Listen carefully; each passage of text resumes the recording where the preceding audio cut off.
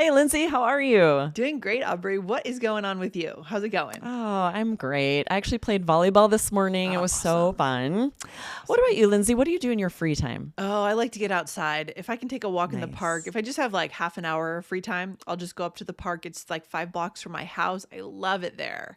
Oh, Just that's an easy walk in the amazing. park. Get some vitamin Mm-hmm. D, soak Mm-hmm. in some sunshine. Love it. Yeah, for sure. So free time, is this a topic that comes up on IELTS a lot, Aubrey? Would you say? Yes, Yeah. absolutely. What you would do on your day off or what you Mm-hmm. do in your free time is very common on the IELTS speaking exam. So we are going to dive in today with high scoring vocabulary and sample answers. We'll first Yes. share some questions that might come up, right? Just Yes. what do you usually do on your day off? When was your last day off? What do you do in your free time on Mm-hmm. speaking part 1? But this could also come up on speaking part 2 or 3. Yeah, and if you're new to IELTS, maybe you're listening to us for the first time, getting ready for an upcoming IELTS, you're going to learn on this show that you need to approach part 1, part 2, and part 3 a little differently. We're asking you for Yes. different things, different level of sophistication in your answer, level of formality, length of the answer. But today it's all about part 1. But what about part 2, Aubrey?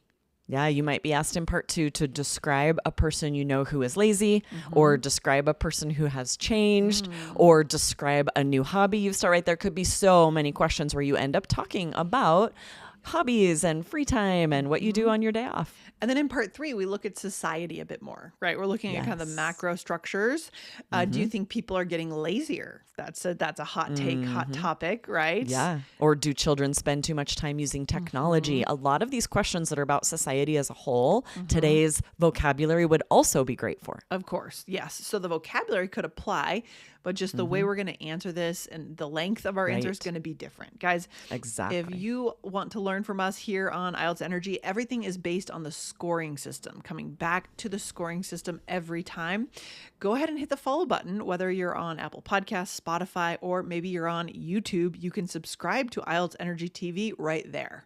Okay? Yes, Good. absolutely. Awesome. Okay, let's dive in here. Our first phrase is to while away the hours. Yes. And that's spelled WHILE. While Yeah. away the hours is a fun idiom. I know. That means, just spending time, usually not doing something really productive. You would not say you while away the hours at work if you're No. working hard and very productive. No, yeah, it has a wistful feeling to it, a bit of a blowing in the wind kind of feeling, right? Almost like you're Relaxed. wasting time Yeah. doing something you enjoy. Yeah. Like on weekends, sometimes I while away the hours reading a novel or listening to music, right? Yes, or these days, children seem to while away the hours on screen rather than spending time outdoors.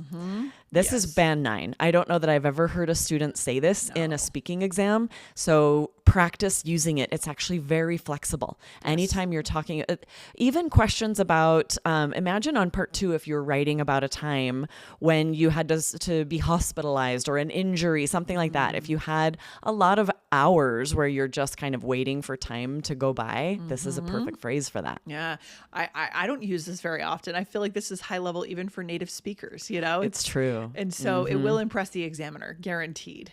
Take it easy, Yes. a little bit more accessible as a phrase. Do you think so? But Definitely. maybe not as natural. I mean, maybe it's not used naturally by candidates very often. Right. It's also high scoring because it is a little more rare. You may have heard it more, but so for example, you might say after a busy week at work, I like to take it easy and not do anything stressful. Most students would be more likely to say relax there. And so this is a little more uncommon. So yeah, I could say this. I like to take it easy, which means the same thing as relax and do nothing. Right. Just use a different word than what most people are using. Exactly. Next one, on my day off, I prefer to take it easy rather than rushing from one activity to another. I kind of feel that way because I feel like working, I'm kind of rushing to get things done all day. So on the weekend, it's a lot when it feels like, okay, we got to be here, got to be here, got to be here. Yes. I'd rather just not plan as much and have Especially one thing. Friday, right? Yes. My partner always wants to go out on Yes. Friday nights. So I'm Oh, like, can't we gosh. just sit around and do nothing? I totally agree. Friday is movie night. It's go to the movies, but not under Yes. pressure. It's I agree. Yes. We're on the same page there. Totally. Oh God, don't ask me to get on an agenda on a Friday night. No way. No, know, right? Which this brings us really well to number 3 here, which is laze around. Yeah. I always want to laze around on a Friday night in my pajamas. I like to do that on Sunday mornings too. Well, weekend mornings, I Yes. also don't like to be up and like have plans too early. I like to be able to have my coffee, sit around, read my phone or read a book or Amazing. something, you know. I know. That's exactly what one of our examples is here. It was on Sunday mornings. I often just laze around at home, have breakfast in bed, and watch TV. Yes. Whatever your routine is, embrace it in your answer because the examiner will hear that in your pronunciation. The variety, you'll punch certain words. So embrace whatever you do. Okay. Exactly. Yes. But what about on part 3? You could also use this phrase in a part 3 question. Give us an example, Lindsay. This of is going to be something a that would little work. more involved. So without a doubt, the general population is becoming more lazy.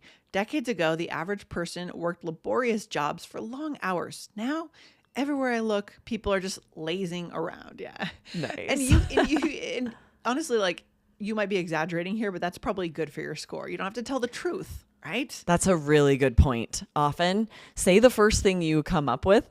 It doesn't matter to the examiner if that's really your opinion. It doesn't matter if they disagree with you. They are so focused on listening for high scoring vocabulary, listening for your grammar. That's all they care about. It doesn't matter if they agree with you or if they think you're telling the truth or not. Yeah. So take the first thought is what you said, Aubrey, and then take it to an extreme, right? With good vocab, being articulate and punching the right words that and intonation, because that's a really good point that when you exaggerate, it's easier to vary your intonation because you have words to emphasize here. Like that word laborious is band 9, but you can also vary your intonation because that's an easy word to punch, right? Worked laborious jobs for long hours.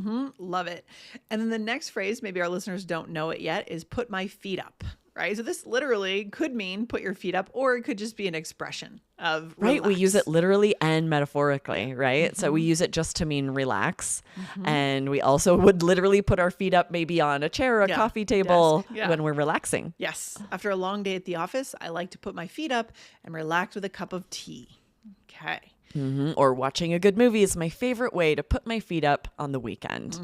Exactly. So that could mean literally you're on a couch and you put your feet up on a thing, but really what you're saying is it's my favorite way to relax. Exactly. Perfect. All right, Aubrey, we have some great vocabulary here now. And so let's do some sample answers. All right. Perfect. Let's do part 1 answers here. Though this vocabulary can be used on every part of the IELTS speaking exam, we'll give examples here for part 1. Lindsay, I'll ask you a question first. Yes. What do you usually do on your day off? Oh, on my day off, honestly, I don't like to put a lot of pressure on myself to be up and be on a schedule.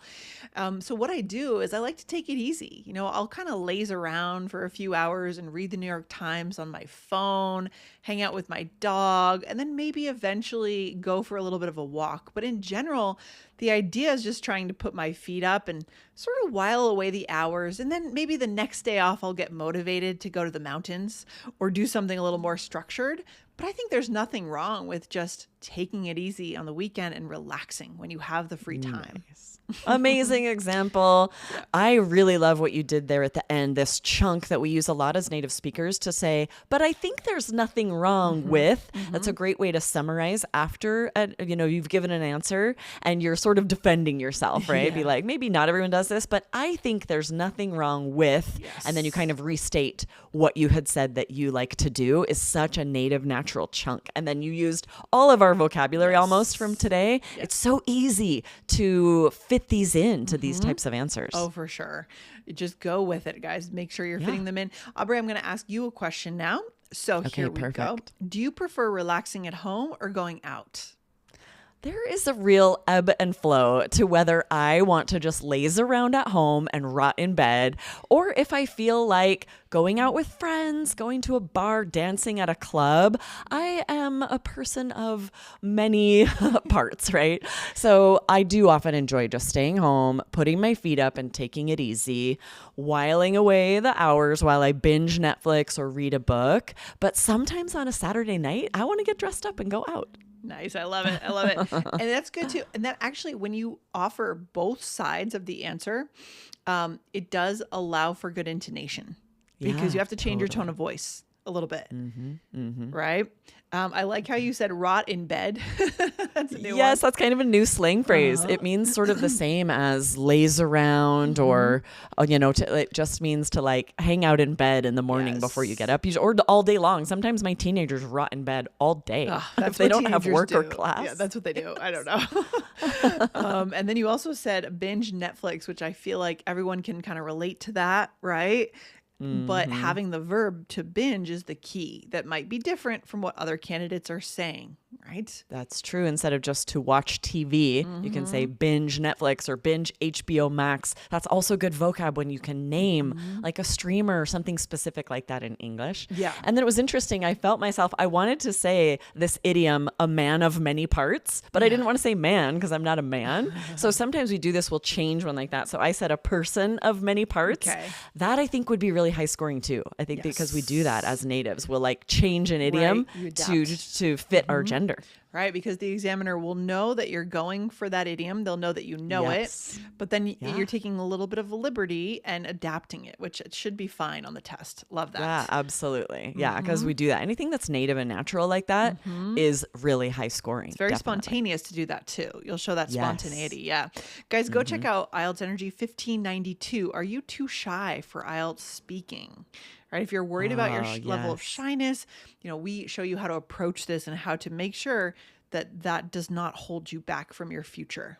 Okay. Yes. Spoiler alert. You are not too shy for IELTS, but you need strategies to overcome that. We gave great tips there to score well on IELTS speaking, even if you're shy. Yeah. Aubrey, any final takeaway for today? Where should we leave our listeners? Yeah, this is vocabulary that is really worth learning.